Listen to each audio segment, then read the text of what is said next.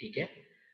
और जो हमें यूनिवर्सिटी के कोर्स में है वो उन्होंने मेंशन ये किया है कि आपने की बायोलॉजिकल करैक्टरिस्टिक आइडेंटिफाई करने हैं और ये बताना है कि ये ऑर्गेनाइजेशनल बिहेवियर के साथ कैसे रेलिवेंट है, और इसके बाद आपने इंटेलेक्चुअल एबिलिटी को डिमॉन्स्ट्रेट करना है कि वो क्या है और उसकी रेलिवेंस जो है वो ऑर्गेनाइजेशनल बिहेवियर में क्या है। ठीक है। तो ये जो है पूरा एक लेक्चर है जिसको हम कोशिश करेंगे कि हम इसको कवर अप करें आज की डिस्कशन में। ठीक है। तो इसमें आपको कोई भी चीज़ जो समझ में नहीं आ रही हो, आप you are most welcome to ask. आप किसी भी वक्त कह सकते हैं कि ये वाली चीज़ जो है आप दोबारा एक्सप्लेन करें, तो I am happy to do that. इसमें मुझे किसी किस्म का कोई मसला नहीं होगा। ठीक है। अच्छा, आप क्या समझते हैं जी कि बायोग्राफिकल कैरेक्टरिस्टिक्स क्या हैं जी?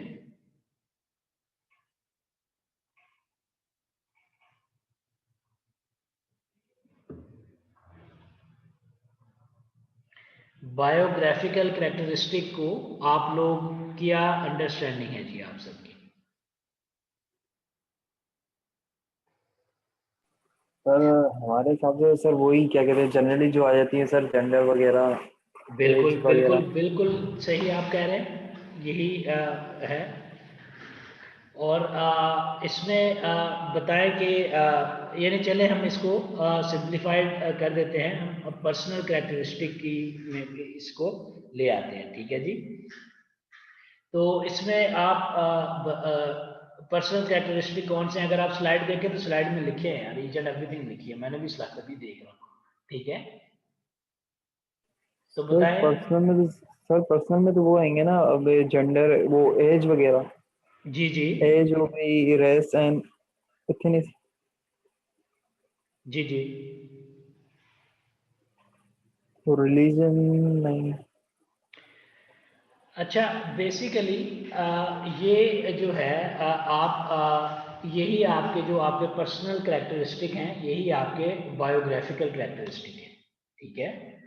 ये यही आपके आ, आ, आ, इसमें अब मैं क्या एक्सप्लेन करूँ, यानी एक सिंपल सी बात है, ये है जो आपके पर्सनल कैरेक्टरिस्टिक हैं मोस्टली वही आपके बायोग्राफिकल कैरेक्टरिस्टिक है। उसमें अदर कुछ एडअप हुए हुए हैं जो इन्होंने ये लिखे हैं, आपके टेन्योर हो गया, आपका रिलीजन हो गया, आपकी सेक्सुअल ओरिएंटेशन हो गई, ठीक है, आपकी कल्चर आइडेंटिफिकेशन हो गई। तो ये हम अदर बायोग्राफिकल कैरेक्टरिस्टिक्स में उनको डिस्कस करेंगे। ठीक है। जो हम कोर को डिस्कस करेंगे उसमें हम आपकी एज को, जेंडर को, आप रेस, एथनिसिटी, आपकी एबिलिटी को, ठीक है, डिस्कस करेंगे। और फिर एबिलिटी में हम ज़रा इंटेलेक्चुअल एबिलिटी को थोड़ा डेप्थ में जो है वो डिस्कस करेंगे। ठीक है। तो yes, एक मिनट। अच्छा, इसमें अगर हम जो देखें कि जो हमें बायोग्राफिकल कैरेक्टरिस्टिक हैं वो किस लेवल की डाइवर्सिटी है, पहले तो आप ये अगर बताएं। हमने 2 लेवल की डाइवर्सिटी ऑलरेडी हम डिस्कस कर चुके हैं। ठीक है।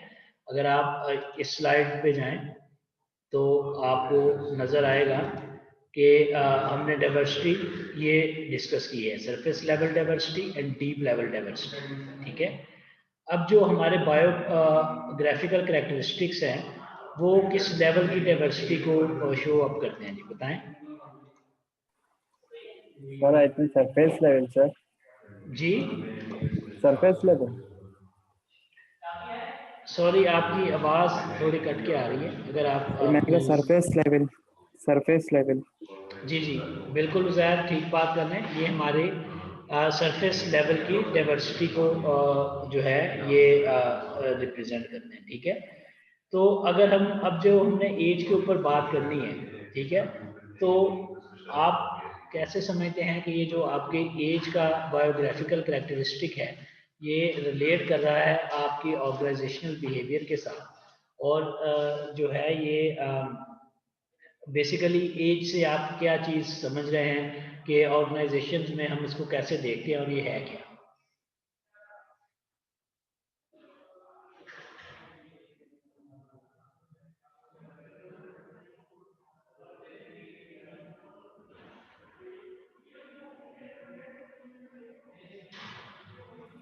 सर ये तो एज बाय एज वेरी करती है ना सर, सिचुएशन ऑर्गेनाइजेशन में सर। एज के हिसाब से हम अपने ऑर्गेनाइजेशन में सर, जैसे कोई काम कर रहा है बिजनेस में, किसी कंपनीज में सर, किसी ऑर्गेनाइजेशन में सर, उसका दिमाग वगैरह एज के हिसाब से ही चलता है।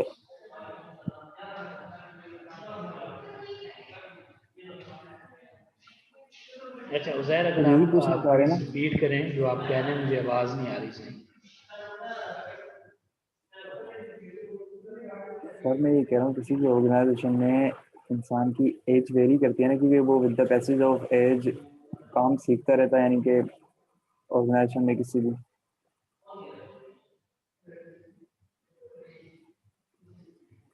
अच्छा उज़ैर जो कह रहे हैं क्लास में बाकी किसी को समझ आ रही है?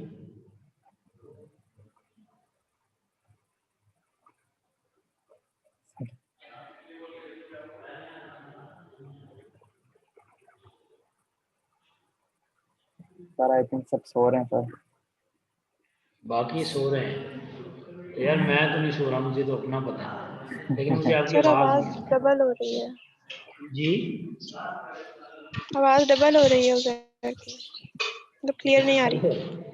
अच्छा चलें, तो आप किसी ऐसी जगह पे आ जाए जहाँ पे आवाज़ नहीं गूंजे।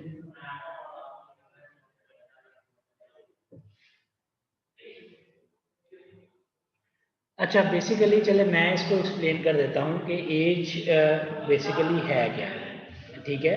मसलन एज को हमने ऑर्गेनाइजेशनल बिहेवियर में इस तरह देखना है कि अगर कोई एक ऑर्गेनाइजेशन, ठीक है, अपने ओल्ड एम्प्लॉयज़ को, ठीक है, मसलन अगर हम टेक्सटाइल को सामने रखते हुए बात करें, वो इस लिए फायर कर दे कि ये बेसिकली ज़्यादा पैसे कमा रहे हैं, ठीक है, और जो इनके पास एक्सपीरियंस था, एक्सपोजर था, वो ऑलरेडी गिवन हो चुका है, ठीक है।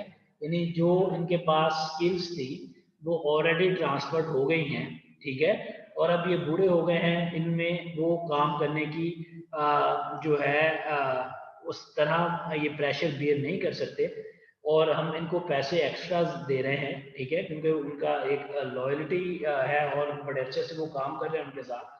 तो इन चीज़ों को देखते हुए तो वो किसी एक यंग प्रोफेशनल को या एक ऐसे आदमी को जो जिन्होंने उनके साथ काम किया है, उनको उससे कम तनख्वाह के ऊपर लेके आए, ठीक है। तो ये आपका एक एज का जो है ये फैक्टर होगा, अ, अगर आप ये बात अंडरस्टैंड कर रहे हैं, ठीक है। लेकिन इस तरह का जो इम्पैक्ट है ये एक नेगेटिव इम्पैक्ट है ऑर्गेनाइजेशन बिहेवियर का, लेकिन इससे ऑर्गेनाइजेशन के कल्चर का हमें समझ आ रही होगी, ठीक है।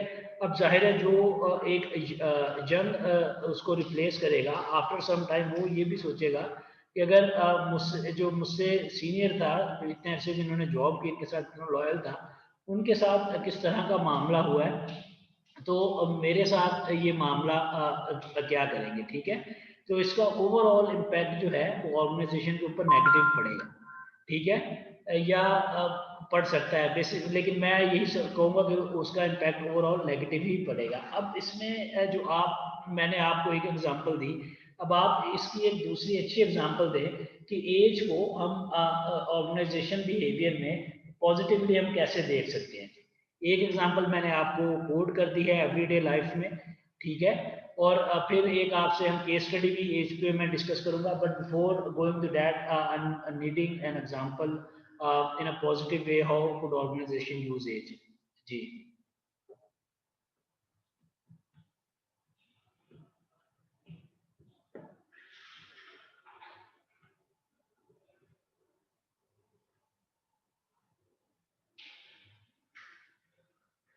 जी, आप में से कोई बात करना चाह रहे हैं तो करें।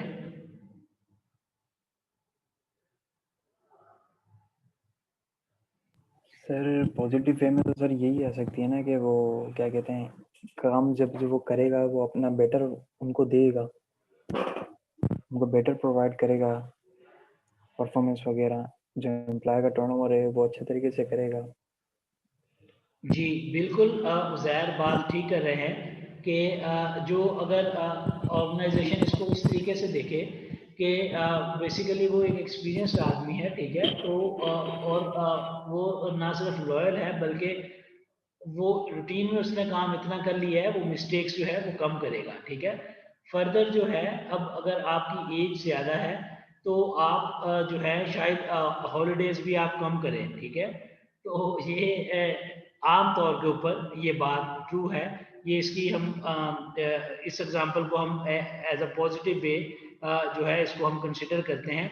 और उसका जो अच्छी रेपुटेशन ऑर्गेनाइजेशन की होगी वो ये होगी कि ये अपने लॉयल एम्प्लॉयज़ के साथ और इवन ओल्डर एम्प्लॉयज़ के साथ बड़े लॉयल हैं, और इन की एक जो है अच्छी रेपुटेशन जो है वो बिल्डअप हो सकती है यूजिंग दिस पर्टिकुलर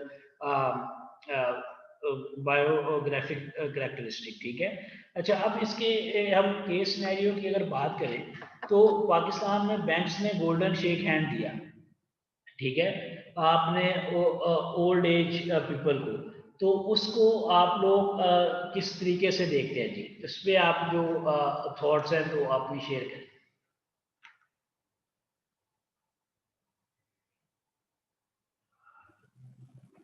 सर आप बताएं इस बारे में सर। मैं बिल्कुल अच्छा, ये है बेसिकली जो केस स्टडी है ये ओपिनियन के ऊपर मैटर करेगा, क्योंकि या इसकी असल रीज़न ये है कि मेरे पास भी इसका एग्जैक्ट डाटा नहीं है। मैं आपको बिल्कुल ऑनेस्टली बता रहा हूँ। अब जितने लोगों ने गोल्डन शेक हैंड लिया उनसे पता नहीं कि किसी ने सर्वे किया कि नहीं किया। अगर किया है तो उसका भी डाटा अवेलेबल नहीं है मार्केट में, ठीक है। तो ये मैं इस पे अपना एक ओपिनियन दे सकता हूँ, लेकिन इसके ऊपर जो है मैं एक ऑथेंटिक फैक्ट जो है वो नहीं दे सकता, ठीक है। तो ये इसमें ज़हन में रखिएगा ये बात। और उससे पहले अगर आप लोग कोई बात करना चाह रहे हो तो कर सकते हैं। सर ये आप ये गोल्डन शेक की बात कर रहे हैं सर, एक्चुअली ये है क्या सर? जी उज़ैर, क्या कह रहे हैं आप? सर आप ये गोल्डन शेक के बारे में कुछ बता रहे थे सर, मैं ये कह रहा हूँ एक्चुअली ये है क्या गोल्डन शेक?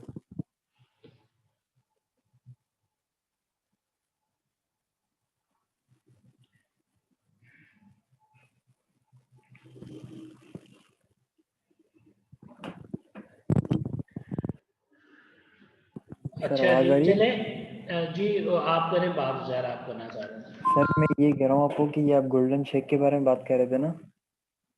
जी जी, मैं गोल्डन शेक हैंड के बारे में बात कर रहा था, जो सर मैं बैंक्स पूछ ने रहा हूँ आज ये से है क्या? अबाउट अ डिकेड इंट्रोड्यूस करवाया, और उस वक्त बहुत सारे लोग जो हैं वो दूसरी चीज़ें करने लगे, और जो बैंक की जॉब उन्होंने छोड़ी, उसके ऊपर ही मैं बात कर रहा हूँ। ठीक है सर, ठीक है। ठीक तो है, इस पे आप ये सिनेरियो मैंने आपके सामने रख दिया है, अब इसके ऊपर आपकी थॉट्स जो है वो मैं लेना चाह रहा हूँ।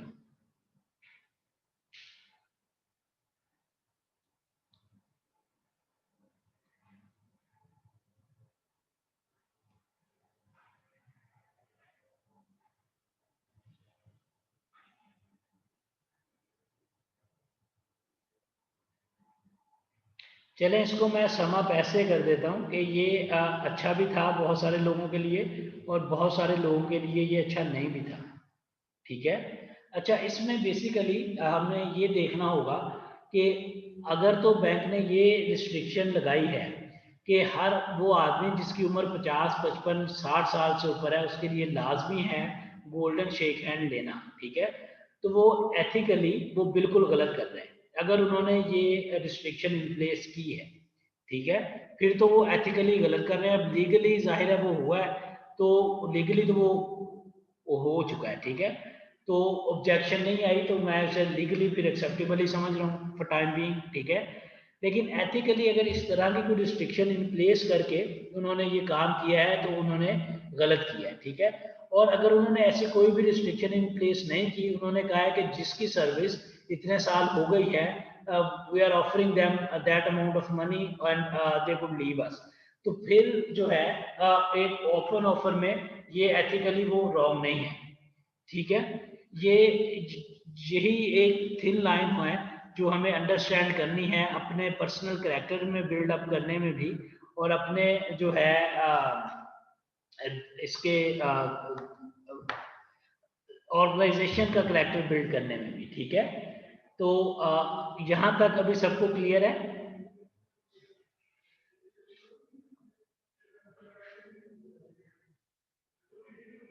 जी सर।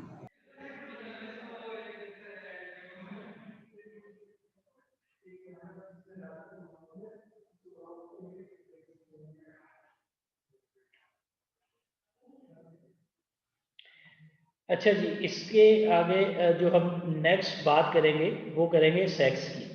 ठीक है, तो सेक्स पे कौन बात करना चाह रहा है जी?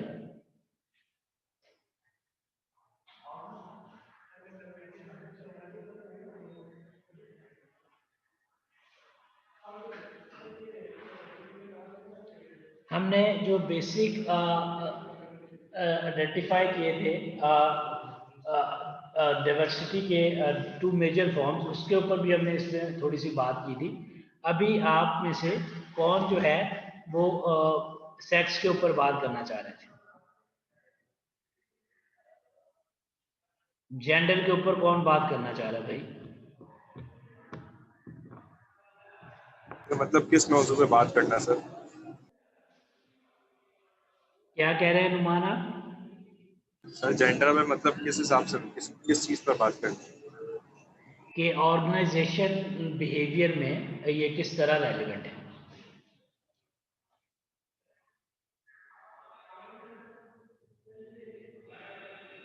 ऑर्गेनाइजेशन क्या सर?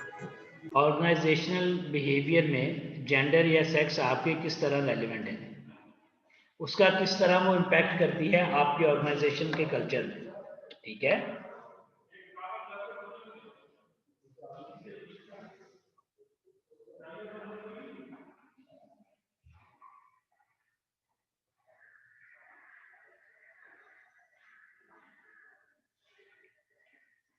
यार ये तो एक ऐसा टॉपिक है कि किसी गली मोहल्ले के बच्चे से भी बात कर लो तो वो बात करेगा इसके ऊपर। सर ये समझ में नहीं आ रही ना कि बात करनी क्या है। बात ये करनी है कि जेंडर का इम्पैक्ट जो है ऑर्गेनाइजेशनल बिहेवियर के ऊपर कैसा है और ऑर्गेनाइजेशन उसको कैसे देगी।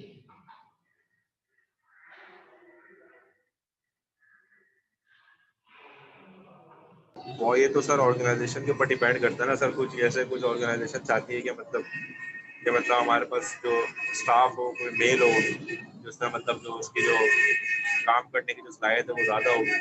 कोई चाहती है कि फीमेल हो जो मतलब वो कम पे में काम कर लेती है, वही वही काम वो कम पे में मतलब जो मेल करता है वो उसी कम पे में वो काम कर देती है फीमेल, जी कम जी, सैलरी पे। बिल्कुल यही बात हम डिस्कस करना चाह रहे हैं जो आप कर रहे हैं, इसको अब थोड़ा एलेबोरेट आप कर दें।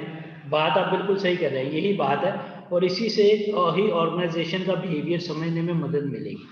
ठीक है, कि ऑर्गेनाइजेशन का एक्चुअल में क्या बिहेवियर है।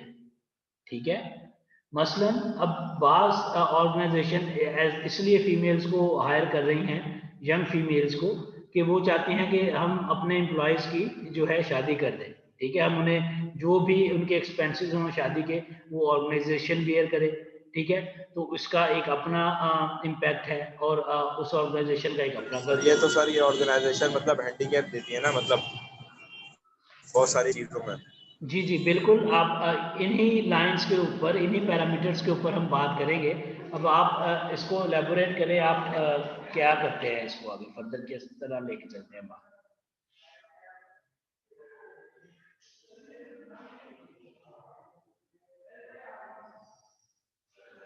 सर जैसे कि अगर जैसे मतलब कोई फीमेल स्टाफ है तो वो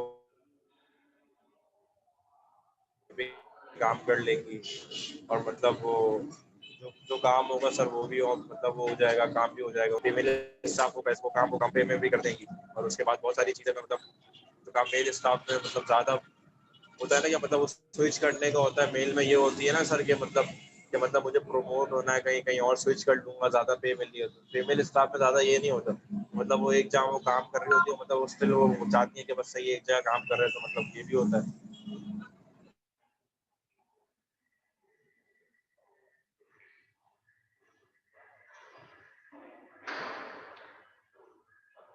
ठीक है। अच्छा, अब आप में इस पे हम जनरली ये बात करते हैं कि जो ऑर्गेनाइजेशन सिर्फ मेल्स को हायर कर रही हैं, सर आपकी उसके आवाज़ नहीं आई, बारे बिल्कुल अजीब सी कट कट के आई है।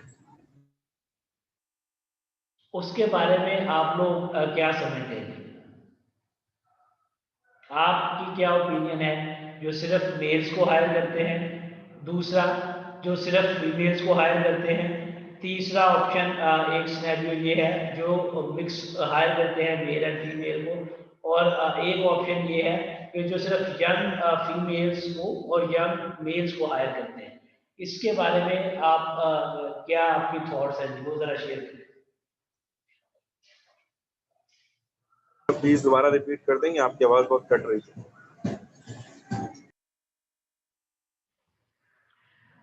सॉरी नुमान, मुझे आपकी आवाज़ नहीं समझ आ रही। मैं ये कह रहा हूँ सर, जो आपने अभी बोला है वो प्लीज दोबारा रिपीट कर दें, आपकी आवाज़ कट कट के आ रही है। ओके जी, आई रिपीट इट। मैं आपसे ये पूछ रहा हूँ कि एक ऑर्गेनाइजेशन सिर्फ मेल्स को हायर करती है, एक ऑर्गेनाइजेशन सिर्फ फीमेल्स को हायर करती है, एक ऑर्गेनाइजेशन मेल्स एंड फीमेल्स दोनों को हायर करती है, एक ऑर्गेनाइजेशन सिर्फ यंग मेल्स को और जो है यंग फीमेल्स को हायर करती है। तो इन चारों की हायरिंग को आप किस तरह देखते हैं? ये जो चार डिफरेंट किस्म की हायरिंग वो कर रहे हैं डिफरेंट ऑर्गेनाइजेशन, इनको आप कैसे देखते हैं और इसका क्या सर इम्पैक्ट जैसे होगा? सर जो सिर्फ वो मेल स्टाफ को हायर कर रही हैं, तो ये उनकी थिंकिंग यही होगी कि मतलब वो ज़्यादा से ज़्यादा उनके लिए काम करे, उनकी जो थिंकिंग एबिलिटी है शायद वो ज़्यादा सोचते होंगे कि मतलब वो क्या पता मेल की ज़्यादा हो, मतलब मेल उनको काम मतलब ज़्यादा बहुत सारे मतलब जो मेल सर जो काम होता है ना सर, वो एक काम की जगह उनसे वो 10 काम भी निकलवा लेते हैं। मेल स्टाफ से ज़्यादातर मतलब मसलन ऑर्गेनाइजेशन ये काम करते मसलन जी आप करें, इसके एग्जांपल दें आप। हैं सर। मसलन सर जैसे अगर मैं एक मिसाल दूं तो मेरा एक दोस्त है, वो भी टेक्सटाइल इंडस्ट्री में है।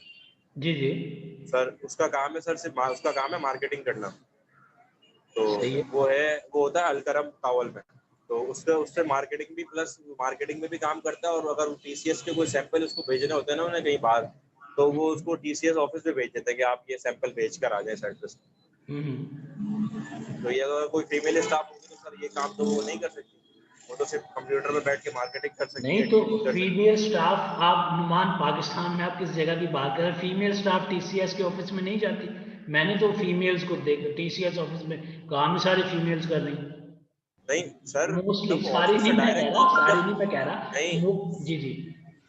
सर, मतलब कल्चर का भी तो हिसाब, कल्चर के ऊपर भी डिपेंड करता है ना। पाकिस्तान का कल्चर ऐसा नहीं है, अगर आप किसी फीमेल स्टाफ को अगर जैसे उसकी कोई काम करिए, आप उन्हें बोलने जाए आप यहाँ से ऑर्डर करें, आप टीसीएस ऑफिस जाएं, आप मेरा पार्सल करके आए, सर वो थोड़ा ऑकवर्ड सा लगेगा कल्चर के हिसाब से जो डिपेंड करता है पाकिस्तान में। अगर आप किसी मेल स्टाफ को ही काम बोलेंगे तो वो चला जाएगा, वो बोलेगा चलो ठीक है मैं कर देता हूँ।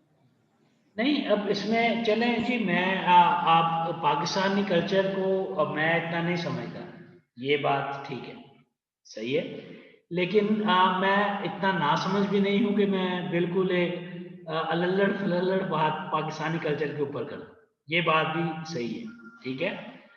अब जो आप एग्जांपल कह रहे हैं कि एक जो मेल है वो, जो आपने एग्जांपल की, हम उसी के ऊपर मैं फोकस कर रहा हूँ। अगर कोई और डिफरेंस है वो आप बता सकें तो वो ज़्यादा बेहतर है। मैं अपनी बात अभी रोक लेता हूँ, मैं आपको दोबारा टाइम देता हूँ कि आपके कोई और डिफरेंस आपको समझ आ रहे हैं मेल हायरिंग करने के, तो आप बताएं, वो एक अलग बात होगी। ये इस बात का मैं आंसर आपको कर दूंगा बाद में। आपको भी मैं दोबारा टाइम दे रहा हूँ अगर आप बात करना चाहते हैं। और अगर सिर्फ यही एक पॉइंट है तो उसका तो आंसर मैं आपको दे सकता हूँ, और वो तो खैर और अगर आप भी उसे एग्री करेंगे, अगर नहीं एग्री करेंगे तो आवाज रॉन्ग।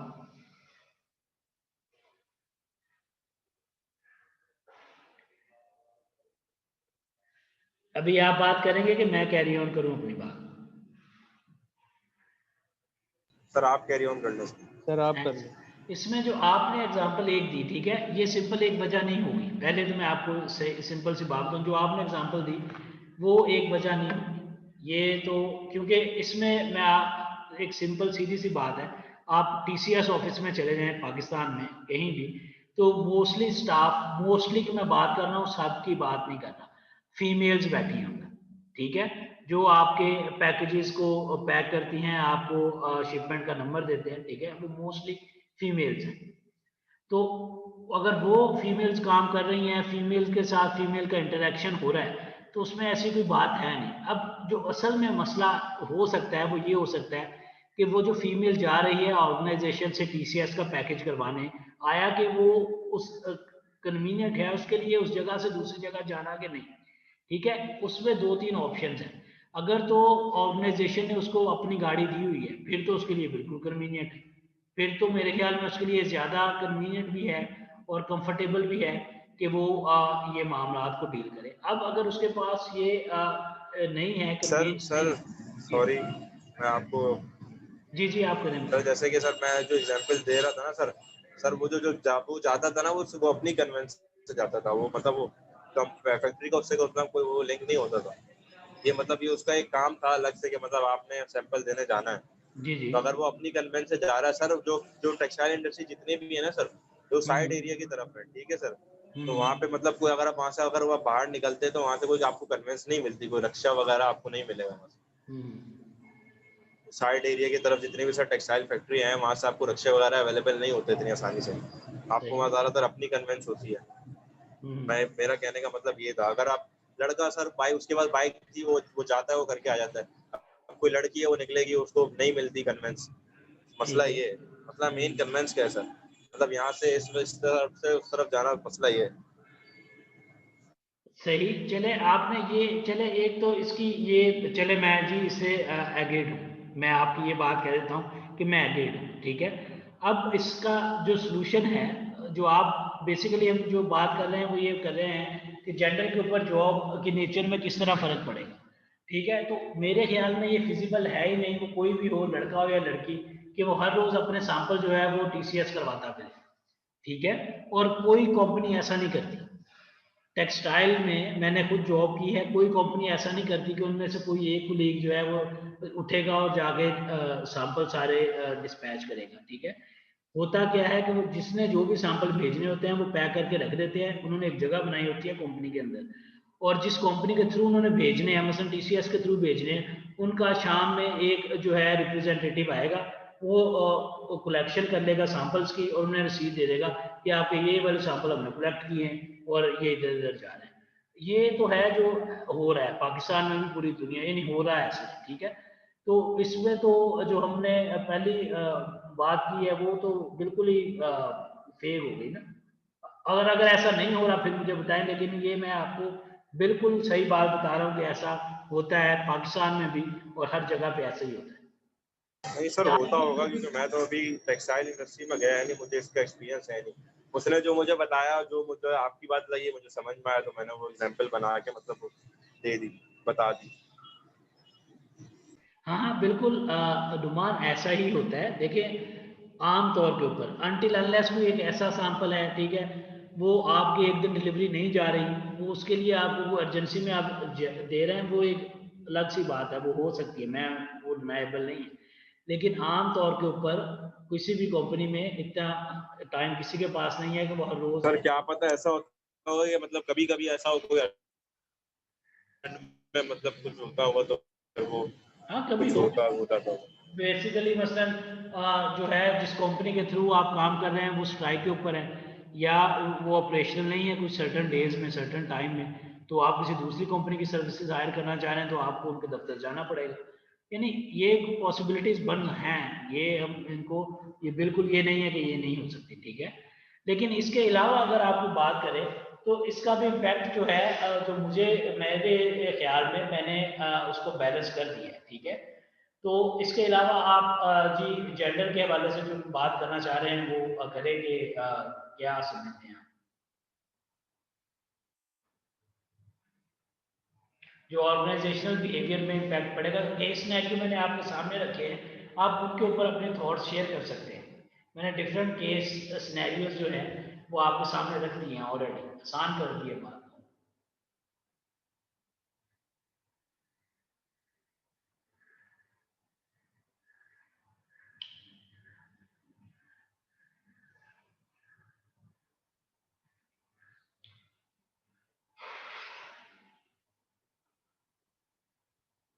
अच्छा, और चले आज मैं आपको, अभी दुनिया में ये ट्रेंड है दुनिया में कि जो जेंडर बेस्ड डिवीजन है वर्क की उसको ख़त्म किया जाए, ठीक है। और इसीलिए वो आमतौर पे विमेंस को प्रमोट कर रहे हैं, ठीक है। ये एक ट्रेंड है जो पूरी दुनिया में चल रहा है, ठीक है। उसका पाकिस्तान में भी इम्पैक्ट है, लेकिन उसका इम्पैक्ट उतनी जो है इंटेंसिटी के साथ अभी नहीं है जितना एडवांस कंट्रीज में है। लेकिन जैसे ही एडवांस कंट्रीज में ये मामला सही हो जाएंगे तो इसका डेफिनेटली जो है इम्पैक्ट पाकिस्तान में भी आएगा, ठीक है। तो ये मैं आपको जो है लेटेस्ट ट्रेंड की बात बता देता हूँ कि ऑर्गेनाइजेशन में जो होने जाएगा, ठीक है सून। और कुछ ऑर्गेनाइजेशन में ये हो रहा है, ऑलरेडी ये हो रहा है, ठीक है।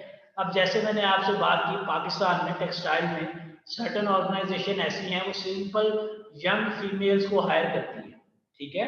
उसका क्या ऑब्जेक्टिव हो सकता है जी, उसके बारे में आप क्या बात करते हो, वो कैसे इस बात को सर जस्टिफाई ये करते हैं और उनका क्या कल्चर है इसके बारे में, उसकी सर ये कल्चर एग्जांपल। होता होगा ना उनकी, सर उनको ये फ्रेश थिंकिंग माइंडेड होती होगी चाहिए। सर, या मतलब सर वो होता है ना modern problem required modern solution.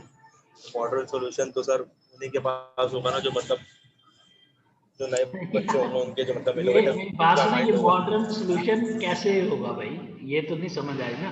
मसलन आप सर एक नए नए यंग, मसले, सर जैसे मसले पहले नहीं होते थे अब वो नए नए मसले आ गए हैं, सर वो बहुत सारी फ्रेश चीजें हो माइंडेड गई होंगे हैं, ना। इनोवेटिव उनका माइंड होगा सर। नहीं यार, अच्छा वह अगर आपको ऑर्गेनाइजेशन का नाम बताऊं तो वो पाकिस्तान में एक बड़ी रिस्पेक्टेड ऑर्गेनाइजेशन कंसिडर की जाती है टेक्सटाइल्स में, सही है। अच्छा, ये पॉलिसी है जी इंटरलूप की, ये पॉलिसी पाकिस्तान में इंटरलूप अडॉप्ट किए हुए है कि हमने यंग फीमेल्स को जॉब देनी है, ठीक है। अब आपको मैंने ऑर्गेनाइजेशन का नाम भी बता दिया है, पॉलिसी भी बताई है। अब मुझे सर इसमें यंग बताएं कि फीमेल आप, को, जी जी मेल को नहीं देते हो सर? जी, नुमान क्या कह रहे हैं आप? सर वो सिर्फ फीमेल को जॉब देते हैं, मेल को हायर नहीं करते? नहीं नहीं, करते हैं, मेल को हायर करते हैं, वो मिक्स करते हैं हायरिंग, ठीक है। सर रेशो लेकिन कम होगा मेल का फिर? जी, फीमेल रेशियो ज़्यादा है, particularly the people who works in the garment industry. और फीमेल्स में भी जो वेरी यंग फीमेल्स हैं उनकी रेशियो सबसे ज़्यादा है, ठीक है। लेकिन उसके पीछे एक लॉजिक है, पूरा एक फिनोमेना है, ये नहीं है जो आप कहना चाह रहे हैं, ठीक है। सर वो इतनी बड़ी इंडस्ट्री होगी तो मतलब कुछ ना कुछ लॉजिक तो होगा, माइंड होगा इनका। जी जी, बिल्कुल बिल्कुल ऐसा ही है। अच्छा, इसमें दूसरी बात यह है कि बड़े छोटे होने की बात नहीं है, बेसिकली एक छोटा, एक आम इंसान वही काम छोटे लेवल पे कर सकता है, ठीक है। ज़्यादा रिसोर्सेज वाला वही काम बड़े लेवल के ऊपर कर सकता है, मैं आपको बिल्कुल सही बता रहा हूँ, ठीक है। तो यहाँ पे ये चीज़ काइंडली कंसिडर करें जब आप अब बात कर रहे हैं।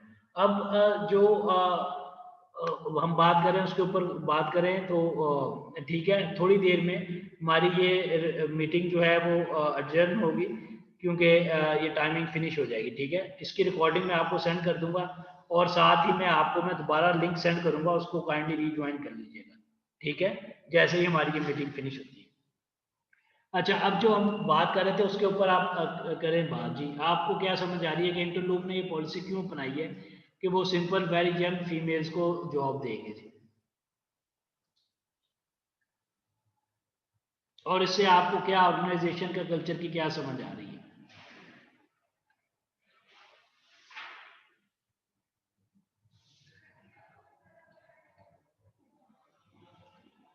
तो क्या पता सर, ये भी तो होता है ना सर, जैसे फीमेल बहुत सारी ऐसी होती है जो मतलब अपनी डिग्री कंप्लीट करती हैं और उसके बाद फिर उन्हें जॉब अगर अच्छी नहीं मिलती तो फिर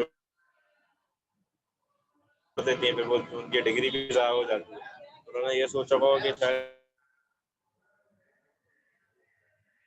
ये होगा ना सर, उनका रेशो आने के लिए, क्या पता उनकी डिग्री।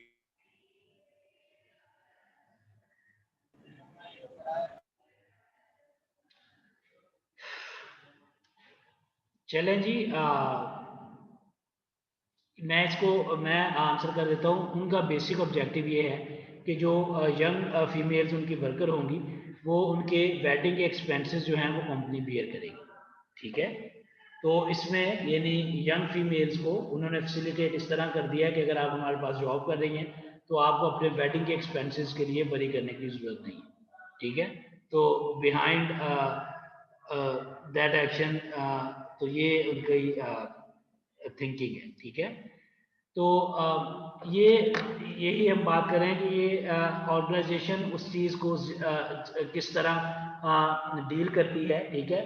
तो ये उस ऑर्गेनाइजेशन का बिहेवियर कंसिडर किया जाएगा, ठीक है। अब जो तो उनको